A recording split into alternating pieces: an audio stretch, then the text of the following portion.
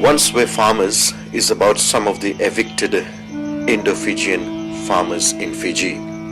In order to understand their plight, we briefly go back in history of their ancestors. On 15th May 1879, the first Indian indentured workers, the Girmitians, arrived in Fiji. By the end of this system, in 1916, some 60,000 Girmitians had arrived in Fiji to toil on the barren lands for the Anglo-Saxon owned plantations. With simple tools such as knives, axes, hoes, and with bare hands, they cleared the land and prepared them for crops. Within 50 years of arrival, the brave Indian workers transformed the hostile Fijian land into a thriving sugar-producing farms. Fiji progressed from a subsistence economy towards a modern economy, and the world heralded it as a paradise. However, despite toiling the Fiji's land for more than 100 years, the Girmitians and the children never enjoyed full democratic rights as other races in Fiji. This is aptly demonstrated by the fact that they are not even allowed to own the land they have been cultivating for more than a century, a phenomena which does not exist in any other democratic country in the world. The Indo-Fijian community in Fiji has been a victim of racial discrimination in Fiji from the day they set foot in Fiji. The fate of their descendants, therefore, is directly linked to more than 100 years of racism faced by the Girmitians and their descendants. Let us see how some of these sons and daughters of the Girmitians are faring today. Eviction of Indo-Fijian farmers started just after the coups. Since then, many thousand Indo-Fijian farmers have lost their farms and homes to the natives. तो जहाँ तक मुझे मालूम है, मैं यहाँ पर पैदा हुआ, यहीं पर बड़ा हुआ, यहीं पर वेस्टर्न स्कूल में पढ़ाई की, और जब मैं छोटा तब से मैं देख रहा था कि हिंदुस्तानी हमारे भाई लोग यहाँ पर काफ़ी तादाद में थे। 1966 में जब रिजर्व हुआ, उसके बाद कुछ कायबीती हमारे बीतीवासी भाई यहाँ पर आए, बसे। उन जमानों में बहुत अच्छा माहौल था। उसके बाद में जो अभी फ़िलहाल जो चल रहा है, जैसे ज़मीन की रिजर्व मासंगाली अपने जिद चलाते हैं, तो कई हमारे भाई यहाँ से नमांदा की तरफ सब उखड़ के चले गए, घर उखाड़ के चले गए। किन्हीं किन्हीं के तो घर उखाड़ने को मौका ही नहीं मिला, और गए यहाँ से कोई बुतुनी गया, कोई क्रॉपकोट स्ट्रीट गया, कोई यालेबू गया, कोई लोटोका की तरफ गए, कुछ सुबह तक भी गए काम को नौकरी खोजने के लिए, और उनका जो जात जो था वो छोड़ कर जाना पड़ा। गन्ना जो हरा भरा खेती था वो भी छोड़ कर चला जाना पड़ा। घर भी किसी किसी को ले लिया गया। 7 days का नोटिस भी दिया गया, किसी को 7 hours का नोटिस भी दिया गया, वो छोड़ कर चले गए। किसी को 24 hours का नोटिस दिया गया। तो बेचारे बहुत दुख भरी कहानी उनके ऊपर बीता, और क्या करे, सरकार भी कुछ मदद नहीं की। और हो सके जब हमारे चौधरी गवर्नमेंट थी तो उस समय उन्होंने 28,000 पैसा दिया, काफ़ी लोगों को मिला। लेकिन जब सरकार पलटी गई, उस समय उनको एक भी डॉलर नहीं मिला या कुछ भी नहीं मिला। वो वही राह देख रहे हैं कि उनको भी कुछ मिले ताकि वो अपने गुजर बसर कहीं जाकर कर सकें। और अभी से 3 साल पहले हम इसी एरिया को आकर कवर किए थे। वास्तव में क्रिसमस डे ऑफ ईयर 2000 में हम इस एरिया में आ रहे थे, और उस वक्त हमने देखा कि काफ़ी घर उखड़ रही थी। और अभी हम 3 साल बाद फिर ईयर 2003 के बॉक्सिंग डे पर आए हैं, और हम आसपास फसलों को देख रहे हैं। यहाँ पर जो खेत है उसमें अब जंगल जमे हुए हैं, और पूछने पर यह पता लगा कि उसमें जो प्रोडक्टिविटी है वो बहुत कम हो गई है।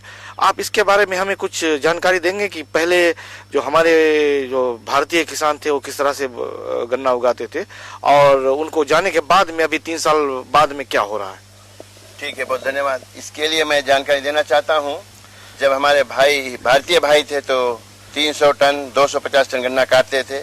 जब बीती बासी भाई आए तो उनका जो उपज है वो तो कटा ही नहीं कई सालों तक, और जो उनका सरकार मदद करती है उससे भी वो लाभ नहीं उठा पाते हैं। बहुत कम गन्ना हुआ। एक तो भाई हमारे 9 बीघा जमीन रखकर 48 टन गन्ना इस वर्ष काटा, और जो हमारे सामने खेत दिखाई देता उसमें 2 साल बाद 32 टन गन्ना काटा गया।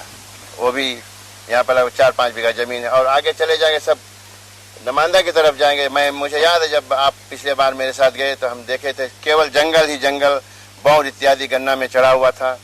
आपने वो गाना सुना होगा कि चल उड़ जा रे पंछी के अब ये देश हुआ बेगाना, चल उड़ जा रे पंछी तूने तिनका चुन कर नगरी एक बसाई। कहने का मतलब यही है कि हमारे किसान जो यहाँ पर रह रहे थे 2-3 पीढ़ी से, उन्होंने तिनका चुन कर एक अपना आशियाना, अपना घर द्वार बनाया।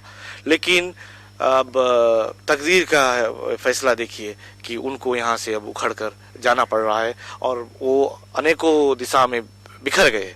The sites of once thriving farms, now lying barren, are heartbreaking. In an area where once a farmer, a kind farmer, Jagai, used to stay with his family.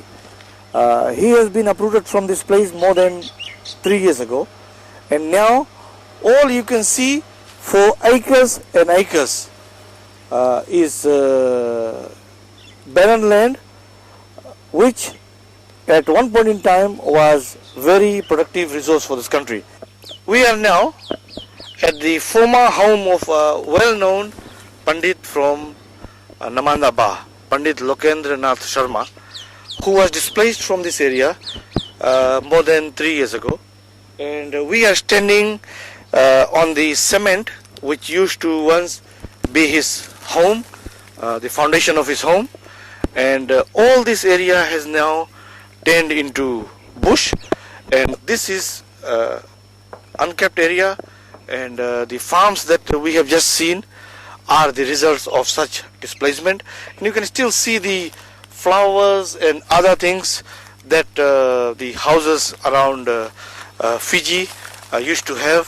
Flowers that is normally used for prayers and puja, and the basil leaves, the tulsi plant here, and the mango tree which used to host the site for flag for our religious god Hanuman, and this the tree, the neem tree there, which is a hallmark for any religious pandit, normally has this tree around the house. You are watching the beautiful valley, watching from Vaisaru Ba towards the area from where the Ba river flows down towards Ba town, and all those nice picturesque hills and beautiful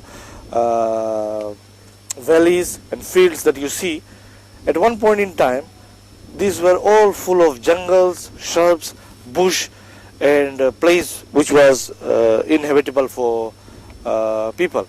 Now you can see that while this place looks well developed, the remnants of the old Girmit era is flowing in, because there are fields here. You can see that there are some trees out there which are the remnants that are left behind by the departing cane farmers, because wherever a cane farmer goes, he has a mango tree and coconut tree around the place. Farms here, when you see nearby, are turning into bush. The farmers have removed whatever they could remove. They could remove the timber and the roofing irons, but the toilet structure and other partitioning made of concrete is still here, and that is a typical scene of despair and heartfelt, heart-rending, and stories that we have been hearing in the news. On another farmhouse that appeared to have been vacated some years ago, you can see the family well there, and the cane farm that had been left on neglect. It appears the farm had been bent and nobody harvested, and while the bent cane stalks are still standing, the fresh roots have appeared, and it would be an unimaginable task to farm this place. I would like to repeat that there is no problem about land being taken for productive farming. But what we are seeing in Namanda and Vesaru area is that the land is being taken and it is not being farmed. And there is a very appropriate Hindi saying that goes with it, which goes that na hage na rasta chhode, which translated means that somebody does not do anything themselves and neither do they want anybody else to do anything on that farm. जी हाँ, लगभग यहाँ पे लगभग 150 आदमी रहे परिवार जो अपन घर उखाड़ के यहाँ से गए और लगभग 400 से 500 परिवार रहे जो यहाँ से निकल गए हैं। आपके जमीन भी के लीज की अवधि भी खलास हुई थी और किस तरह से आपने उस जमीन को हासिल किया? जमीन के मतंगल से हमने बात करके $10,000 मतंगाली के पैसा भरा और 20,000 नेटिव लैंड के, तब हमें 30 साल के लीज मिला। After visiting Namanda Ba or in another area within a few kilometers away from Namanda, which is Navoli Ba, where also a large number of farmers have been displaced, we are looking at yet another foundation where at one point in time some farmer's house used to be. Now there is all bush, jungle and a sad story. Yet again, the only indication that somebody used to live here are the foundation here and a mango tree and the hibiscus flowers, oranges tree, mandarin tree and lime trees. गन्ने की जमीन हमारे पास बिल्कुल नहीं है। ये जो area जहाँ हम रहे हैं ये रेसिडेंशियल एरिया है। अच्छा, मिल गया पहले 1987 में। कितने साल का है ये? 50 साल के 1987 में मिला था। अभी 203 है, 204 लगे वाला बस। हाँ, जैसे 32 या 31 ईयर्स बचता है। अच्छा अच्छा अच्छा। तो इसके अलग अलग रेंट लगे हम लोग $600। अच्छा, तो आपका जो गन्ने का जमीन है 10 बीघा था, सब ले लिया गया? वो 70 या 80 लगभग लोग यहाँ से गए होंगे। 80 परिवार। हाँ। अगर हम रख ले उनके 4 या 5 एक में लगभग 300-400 लोग। हाँ, उससे पहाड़ा कर लो आप तो पता लग जाए कितना हुई। बहुत से हादसा हुई है। हाँ। एक हमारे पड़ोसी बिल्कुल घर देख रहे यहाँ से घर उखाड़ कर गया। हाँ। अच्छा, वो हमारे पास स्क्रूड्राइवर पिंजरा मांगने के लिए आए। हमारे मित्र से, वही पड़ोसी था, उनसे मैंने सवाल किया कि भाई अब कहाँ जाओगे? वो मुझसे ऐसा उत्तर दिया कि अभी मुझको कुछ पता नहीं, हम सिर्फ घर उखाड़ रहा हूँ कि मैं कहाँ पर जाऊँगा। फिर बाद में सुना लगा वो लबूदी गाँव मर गए। लबूदी गाँव में, ये हमारे जिला में। कैसे मरे? अच्छा जी हाँ, ये भी दर्दनाक हादसा हुई है। बताने में कुछ हाजिर हो रहा हूँ। हाँ जी, बताइए। जी, हमारे साथी थे, उसके 2 बेटियों की शादी थी और शादी तय हो गया था। शायद उसके पास बहुत कम धन या इत्यादि रह गया होगा या उसके अपन इज्जत बचाने के लिए उन्होंने सुसाइड कर लिया, फांसी लगा लिया। भैया, ये जो कहानी अभी आपने सुनी है, ये हमारे जो किसानों की अनकही कहानी है। This is the untold story of the suffering of the farmers who have been displaced from their farms. This poor farmer, whose house you can just see upon the screen there, was so ashamed and so overcome by grief and despair that he committed suicide a week before the wedding of his 2 daughters. Now, this has never been researched by any authority. There's been no government inquiry or anything on this. The time when he was supposed to be moving out, he did not know where he was going. It was not difficult to find evicted farmers willing to tell us their stories. जी हाँ, हम यहाँ बा market से interview कर रहे हैं और हमारे साथ यहाँ पर है नीलांगा, साबू साबू नीलांगा के श्री कालिका प्रसाद जी। कितना दिन हुए आपका जमीन रिजर्व हुआ? 1998 में। तो अभी से लगभग 5 साल हुए आपका जमीन रिजर्व हुआ। और आप का कितना बड़ा रेसिडेंशियल लीज मिला? कितना बड़ा जमीन होगा? कोटाई का रेसिडेंशियल मिला, 50 ईयर्स के लीज मिला। और उसके लिए तुमने कितना पैसा भरा? 3000। नबोली में 2000 में मेरा जमीन रिजर्व हुआ। वहाँ से मैं तबोला स्ट्रीट में आ गया हूँ, मतलब बा शहर में आ गया? शहर में आ गया हूँ और नगोना का बिजनेस कर रहा हूँ। बनाकर बेचता हूँ और कुछ जरूर रख कर बेचता हूँ। उसी से मेरी रोजी रोटी चल रही है। आप कौन जगह के निवासी थे? हम वाई बाग के निवासी थे। और आप कब निकाले गए? 2003 2000 में। मतलब अभी से 3 साल हो गया। तो अभी आपका गुजर बसर कहाँ हो रहा है? हम लोग के यहाँ यार लेबू है, वो नाची जमीन है, वो घर भर के जगह दी हम लोग के। 2001 में निकल गए, हम लोग के लीज मिला, फिर लीज बता रहे देवे के, फिर नहीं दिए। हम लोग अभी यहाँ तावेगा इस कोटस एरिया में। हमारे ज़मीन से हमको निकाला गया 99 दिसंबर को, और हमारे ज़मीन में होते थे 10 बीघा ज़मीन रहा, 250 टन गन्ना होता रहा। और अभी जब से मैं छोड़ा हूँ तब से इस हाल में मतंगाली जब से पकड़े हैं तब से कुछ भी नहीं करना, एकदम बंजर हो गया। जी हाँ, हमने तो उस जमीन को देखा है कि लगभग जहाँ पर 250 टन होती थी वहाँ पर अब 0 होता है। तो यही कारण है कि शायद आगे चलकर जो शुगर मिल्स है इनको भी अपना जो स्तर है उसको घटाना पड़ेगा, क्योंकि जब गन्ना ही नहीं आएगा। इसी तरह से हमने जितने किसानों से बात की है सभी जगह पर रिडक्शन होती जा रही है। तो यही लगता है कि हमारे किसानों पर ही नहीं लेकिन पूरे देश पर ये समस्या है जो कि शुगर प्रोडक्शन डाउन होती है। तकरीबन 2 साल हो गए हमें वहाँ से निकले। हाँ। तो अभी तो हम हाल में यहाँ अरा लेबुबा में है कि जब हम जमीन के मांग किया तो लैंड ओनर जो बताया है कि उसके 7 आई का के हम 9000 मांगता है, और अगर नहीं आप दे सको तो घर उखाड़ो। तो मैंने कहा अच्छा ठीक है, आप फाइनली नोटिस दो, हम निकल जाएंगे। बस इतने ही पे हम लोग फिर निकल गया वहाँ से। 2000 जून 30 के मुझको फाइनल नोटिस मिला कि आपका जो ज़मीन का अवधि है वो पूरा हो गया है और आप ज़मीन खाली कर दें। मैंने मतंगाली से कई बार कोशिश किया कि शायद काम बन जाए और ज़मीन हमें वापस मिल जाए ना, फिर से घर द्वार नहीं बनाई और चल जाए। लेकिन ऐसे कारण है कि मतंगाली बहुत अधिक पैसे के मांग किए थे ना, तो मेरे पास में उतना पैसे नहीं था और वैसे गरीबी काटते चलाए। फिर आखिर में ज़मीन जैसे कर्जा भर के ज़मीन के एंड करा तो जल्दी भी साथ में एंड हो गए। अभी तो फिलहाल हमारे जो जमीन के लीज से 2 साल बचा है, और अगर हमें लीज मिलेगा तो हम जमीन कमाएंगे, नहीं तो फिर हमें कोई धंधा करना पड़ेगा। Having seen what is happening on the farms in Ba and witnessing heart-wrenching stories of some of the racially discriminatory policies of the Fijian administration, we shall now look at the condition some of these evicted farmers are living in now. We first visit a site in Karavi Ba, where some farmers have been resettled by the government. By the time Pratap Ratan finishes his interviews with some of the evicted farmers here, the Fiji government's treachery is quite apparent. The government can boast that they have provided 10 acres of land to these evicted farmers. But all of this land is salty and unproductive.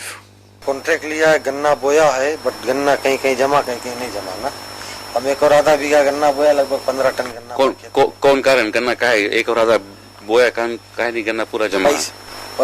उसमें नमक है जस्ती ना। ओ ये जमीन पाटल जमीन है? ये जमीन पाटल जमीन है। यहाँ पहले समुद्र लचवा जहाँ हम लोग खड़ा है यहाँ पे, ये सब पाटल जमीन है? हाँ, सब पाटल। अच्छा, सब मिला के कितना घर यहाँ पे है ये एरिया में आप लोगों के? 16 हाउसेज। 16 हाउसेज है। सब डिस्प्लेस्ड फार्मर्स है? सब डिस्प्लेस्ड फार्मर्स है। इधर कर्जा जैसे एंड में बस जमीन रिजर्व हो गई। 10 बीघा में कौन चीज बोया? उसमें तो कुछ नहीं है। कहाँ नहीं बोया? वो सब जंगल है, रहता है इसमें भारी खारा पानी, उसमें हारी हो ही नहीं कोई चीज। कैसे आपके घर चले तभी? बस ऐसे ही जलाता, 2-4 मुर्गी पाला है और बकरी का 2-3-4 ठो है, बस वही बच्चा दे में बेच बाज का अपन कोई रकम खर्चा पानी चला लेता है। पानी कहाँ से आप लोग? पानी मोहड़ी में से पानी है। मोड़ी है? सोती है किधर की? वैसा खास सोती नहीं है। तो कोई सोती नहीं, तो कुआं खोद दिया मोड़ी में, बस वही में से हमें जितना गाँव भाई है सब गाँव वही पिएगा। ड्रम रखा है, वही ड्रम में पानी रोज हिस्सा का हुए। कोई खास पानी अच्छा नहीं है। जी हाँ, डेपोटा नहीं है? जी नहीं, कुछ नहीं।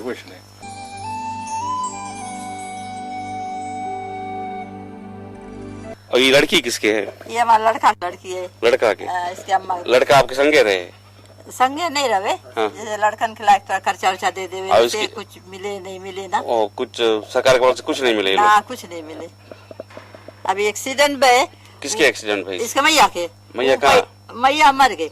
ओ, ये लड़की की मैया मर गई? हाँ, तीन लड़का ने लड़की स्कूल नहीं जावे किंडी जात रहा तो पैसा नहीं कारण से नहीं गए सौदा पानी भी नहीं बहुत बारी आपत ना हाँ पैसा नहीं है पैसा नहीं है खाना नहीं भी नहीं है हाँ जोर से बोलो पापा कौन काम करे आपके काम नहीं करे पापा कभी कभी करे कभी कभी नहीं करे मतंगाली जमीन दी नहीं दी आप बात करा लोग से हाँ वो लोग नहीं देखे पैसा लोग के दिया वफा करा पैसा भी देख वफा करा लेकिन वो लोग नहीं हम लोग कमाए हम लोग जमीन कमावे नहीं है वो कहाँ कमाए जमीन कमाते नहीं कभी कितना साल होगी आप यहाँ करा भी हमारे यहाँ 3 साल हुई 3 साल होगी हाँ। घर आपके है हाँ 5 बीघा जमीन में गन्ना है लेकिन शायद 20-25 टन गन्ना हुई सब झुराई चुराएगी हाँ कैसन जमीन है ये खारा पानी नहीं यहाँ खारा लगे बहुत जो जहाँ हम लोग खड़ा है सब खारा पानी हाँ पाटल मट्टी हाँ ये तो पाट के मट्टी खाली घर बना के एरिया बना दी ना जी और जमीन जो है वो पाटल नहीं वो तो खारा है उसे जितना आदमी रिजर्व है कोई यहाँ बसा कोई वहाँ बसा कोई लौटोका चला गया कोई बा में है इसे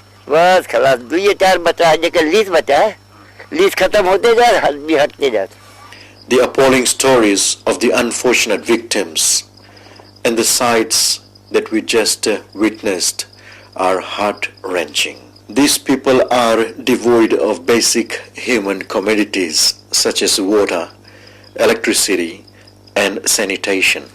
It is unbelievable that in this day and age in Fiji, people are still drinking water from a small hole dug in the ground. What makes it even more worse is the knowledge that only a small distance away people live in luxury. Can one really believe that these people and those in power who are in fact responsible for these appalling human conditions are in fact ignorant of this facet of Fiji's social condition? आप लोग कहाँ से आए हम लोग तोंगे से आया बेटा तोंगे मोटर से आ गया तुमसे प्लीज एक्सपायर होगी हाँ एक्सपायर लेकिन कभी तीनों मतंगाली बात नहीं करा कि हम लोग के एक्सटेंशन दो हाँ बात करांगे तो बोले रहो ना तो फिर अब सबके खदेरे लगे निकाले लगे ना हम उनके तो आप लोग भी वहाँ से बस निकल के हाँ आएंगे बस निकल के आएगी अच्छा यहाँ जहाँ है अभी ये जमीन किसके है इसकी जमीन तो पता नहीं बोले हाउसिंग के रहा ना जो टाइम बताए जिन टाइम आया बोले हाउसिंग के है ना ये सवेरिया वाले आदमी बताएंगे ना कितना साल से आप लोग हैं मैं भी हम लोग 3 साल हुए से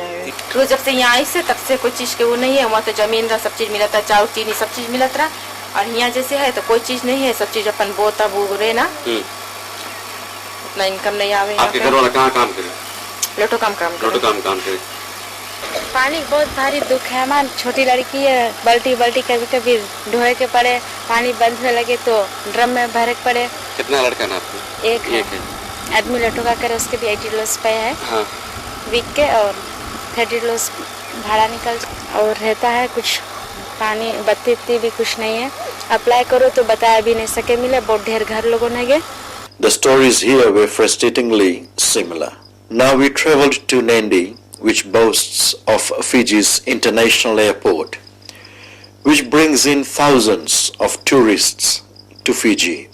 Many of these tourists are perhaps not aware that the indo-Fijians who serve their holiday needs in this seemingly paradisical holiday country with grins on their faces may be living in one of these squatter settlements. It is believed by many that the eviction of Indo-Fijian farmers are linked with providing cheap source of labor to the business community in Fiji. The conditions for the displaced farmers in Nandi was no better.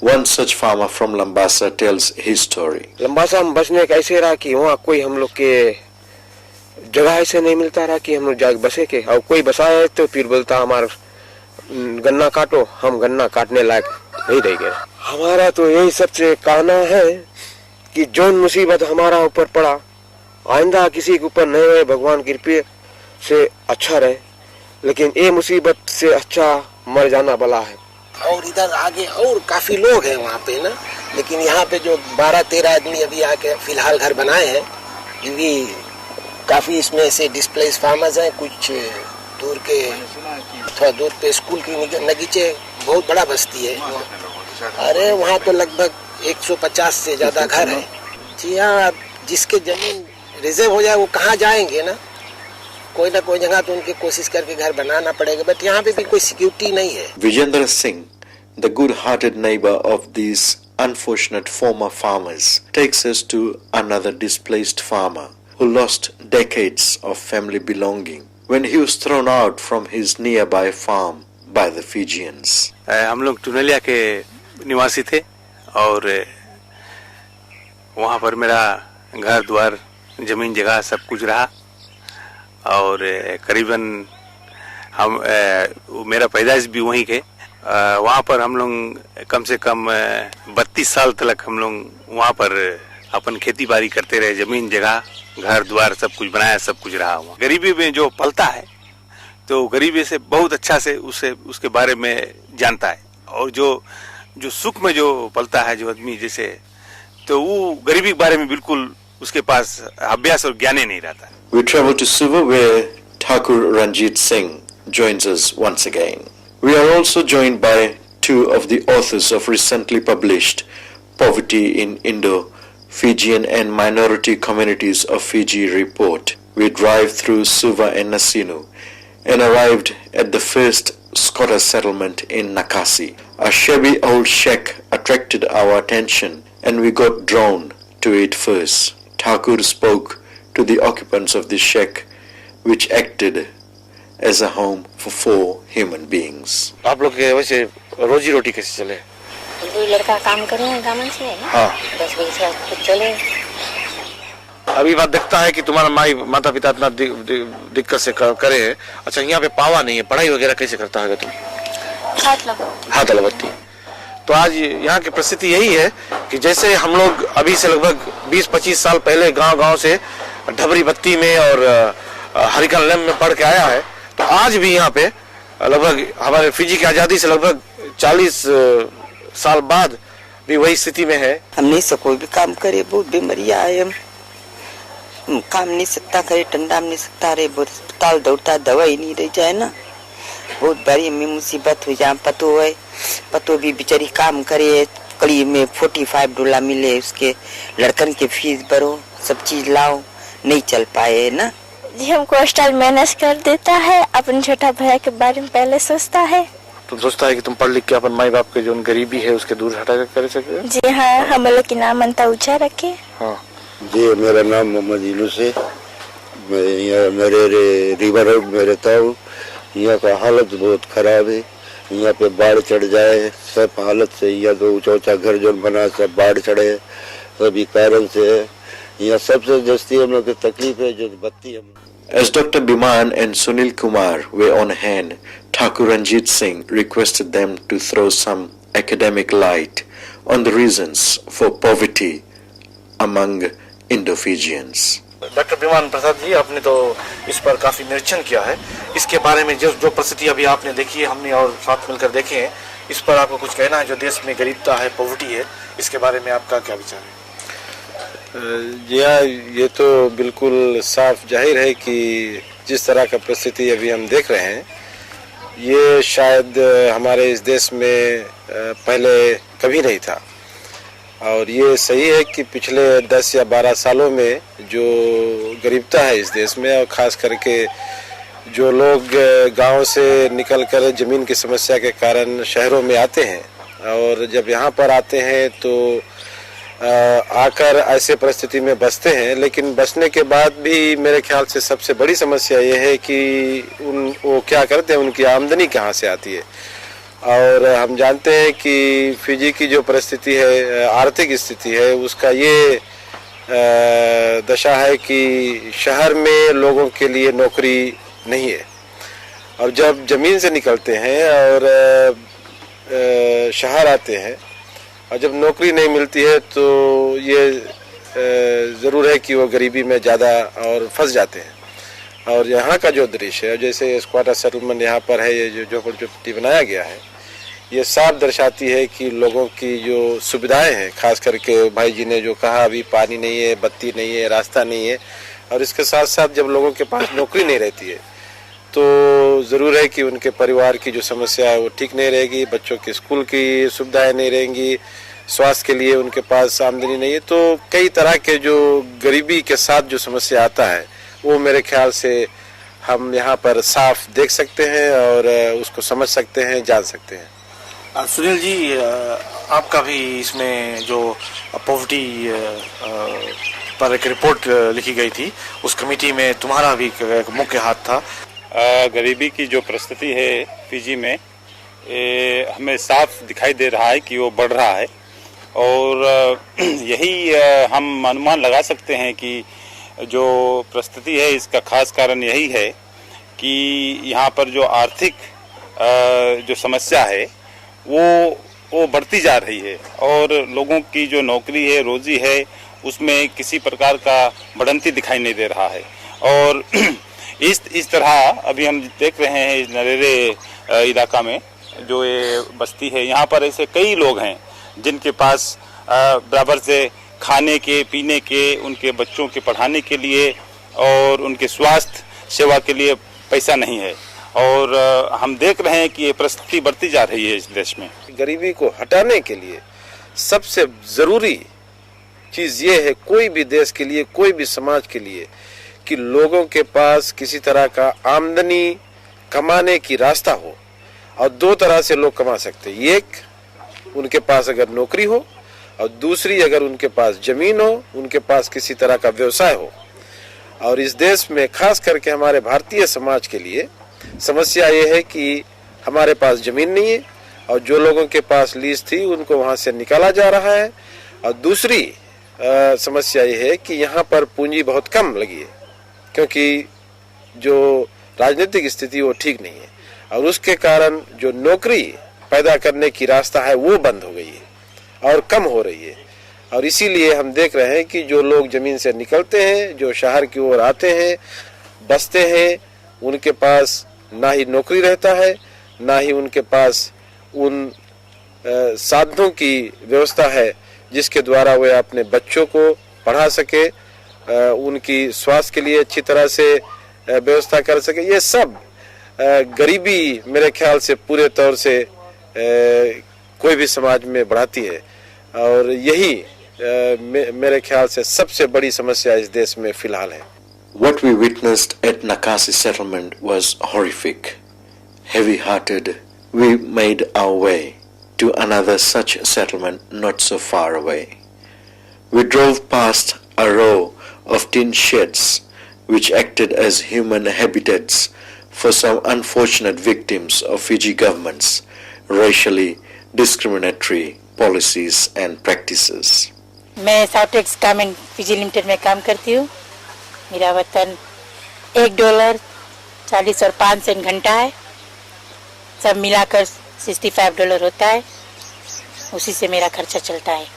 A clear pattern was being formed here now. Most of the people we spoke thus far were victims of the government's racially discriminatory land policy, which punish Fiji's Indian community, which form 44% of the Fiji's population. We press on to another squatter settlement situated not far from one of the most luxurious residential areas. What greeted us was another sight of human endurance amidst appalling political tragedy. हम यहाँ पर तमावुआ सकोदा में है अभी पर, जो कि सुबह सिटी से लगभग 5 किलोमीटर दूरी पर है। आप देखिए कि ये लोग भी लगभग यहाँ अभी से 6 महीना पहले लंबासा से आए हैं। इनको जमीन से निकाला गया था और ये लोग अब जो कोई भी कुछ इनसे बन सका है, ये अपनी घर को अभी बना रहे हैं। वहाँ की परिस्थिति बहुत खराब हो गई, जिसमें कि जमीन के जितना है लीज है सब एक्सपायर हो गए वहाँ पे, और आदमी के कोई डर ठिकाना नहीं रह गया, कोई आमदनी नहीं रह गई, कोई खाए पिए करते बड़ा दुखित के सामना उन्होंने झेलना पड़े। लेकिन हम आकर यहाँ पर जमीन कैबिटी से सेबू दे के और नेटिव लाइन से जमीन कुछ मांग करके हम लोग भाई लोग जितना है, बहुत लंबासा के निवासी जितना है, सब आकर यहाँ पे हम लोग बसे है। लेकिन जब वहाँ से हम लोग चला हुआ तो फिर बड़ा खराब लगेगा। यहाँ से जरूर कहीं लोग जाता कभी कभी से देखता है उनके हाल, तो सब बहुत भाई पेड़ पालो हो गए। ये जो डिस्प्लेसमेंट होता है ये इमोशनली बहुत पेनफुल होता है कि जिस आंगन में लोग पैदा, जैसे जगदीश प्रसाद जी वहाँ पर में जिस आंगन में पैदा हुए, जिस आंगन में इनकी शादी हुई, जिस आंगन में इनके बच्चे पले बड़े हुए और जिस आंगन से इनके माता पिता की अर्थी गई, और वहां से अब लोग जब उखड़ कर दूसरे जगह पर आते हैं तो आप खुद इसका अंदाजा लगा सकते हैं कि ये कितना पेनफुल हो सकता है। आती है, that was very very painful. When leaving them, it was very painful. आप फॉर्म 5 में पढ़ रही है जी। What is your vision? क्या बनना चाहेंगे? My vision is to be something in the science field. कुछ सोचा है कि साहब क्या बनना? Dental therapist. तो डेंटल थेरेपिस्ट, आप इसके दांत देख सकते हैं। ठीक है कि ये डेंटल थेरेपिस्ट बनेगी तो पहला काम आपका होगा इसका ट्रीटमेंट। अच्छा। ओम गुरुर ब्रह्मा गुरुर विष्णु गुरुर्देवा गुरुर्महेश्वरम गुरुर साक्षात् पार ब्रह्म तस्मै श्री गुरुवे नमो नमः। ओम ब्रह्मा विष्णु महेश गणेश सक्त नारायण शक्ति देवी सरक शक्ति व्यापक घट घट के रचना रचने वाला विष्णु भगवान। ना मुझ में ज्ञान प्रभु ना मुझ में भक्ति, हम सबर लंबा सा निवासी को करना कृपा निधान। जय गणेश गुरु पाहि मां, जय गणेश पाहि मां, जय सरस्वती रक्ष मां, जय सरस्वती रक्ष मां, जय गणेश गुरु पाहि मां। Just 3 months after this interview, in December 2003, the native landowners sent in their heavies and demolished all the new homes of the evicted farmers. Nobody received any compensation nor any apology, either from the government nor the landowners. The plights of the twice evicted farmers are not known to us. You have seen and heard the tragic stories of a very small number of indo-Fijian farmers who have been made victims of the Fijian government, supported by some Indian and Australian businessmen, the dishonest sahukars of Fiji, as Mr. Chaudhary calls them. कुछ ऐसे लोग हैं हमारे समाज में, हमारे ही समाज में, जो एसडीएल सरकार में घुसे हुए हैं, बड़े बड़े साहूकार, बड़े बड़े बिजनेसमैन, क्योंकि वहाँ घुसे हुए हैं, वहाँ भ्रष्टाचार पूरे रूप से चलता है, घूसखोरी चलती है, मिनिस्टर का जेब भर के कॉन्ट्रैक्ट ले लेते हैं, ड्यूटी कंसेशन ले लेते हैं, इनकम टैक्स वालों को कुछ खवा पिया करके टैक्स नीचे करा देते हैं, ये सब हो रहा है। वही लोग हैं, वही साहूकार, बड़े बड़े बिजनेसमैन, जिनका हाथ 2001 का coup में भी है, पैसे देकर जो लोगों को खरीदे थे, coup कराया था, वही लोग इसके पीछे। फेडरेशन पार्टी को वही जिंदा रखते हैं। ये नहीं देखना चाहते कि इस देश में एक ऐसी सरकार हो जो देश में सामाजिक न्याय चाहे, जो देश के मजदूरों और किसानों को उनका जो उचित मेहनत की कमाई है उसका हिस्सा दे। वो नहीं देखना चाहते हैं कि मजदूरों की काम करने वाली शर्त ठीक हो, उनको उचित वेतन मिले। आप जानते हैं साहूकार लोग फैक्ट्रियां चला रहे हैं, कहीं सुपर मार्केट चल रहा है, कोई कि क्या चल रहा है, क्या वेतन देते हैं अपने लोगों को, कॉमन फैक्ट्री यही चला रहे हैं। आप सब जानते हैं किस तरह से ये मजदूरों का खून चूस रहे हैं। It is fast becoming apparent that the fate of the indo-Fijians in Fiji is a well orchestrated process by some group of people who had hands in overthrowing the Labour government in 2000.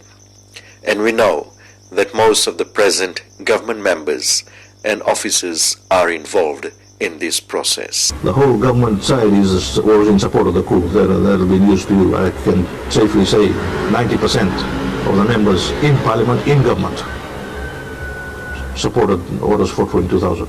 I'm there, I know. Thousands of descendants of the Girmitians are now reverting to the living conditions their ancestors so bravely fought and overcame.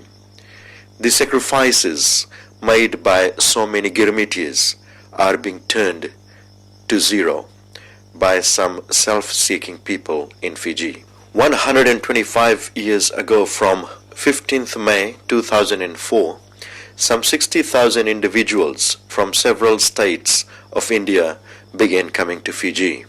In a few decades, They made a unique Indo-Fijian community which we are justifiably proud of. But from the mid-1970s, the political and business vultures began to destroy its fabrics, and today the Indo-Fijian community is scattered all around the Pacific Rim. It is said that a community is judged by the way it treats those in the community who are least able to look after themselves. It is abundantly clear that the native Fijian leaders does not regard Indo-Fijians as part of the Fiji's community. Thus, it is also abundantly clear that the present government and the supporters are not going to do much to assist the Indo-Fijian poor. A lot of people don't want the police to continue with the investigation. A lot of people don't want the judiciary to do what needs to be done to set Fiji back on the right path.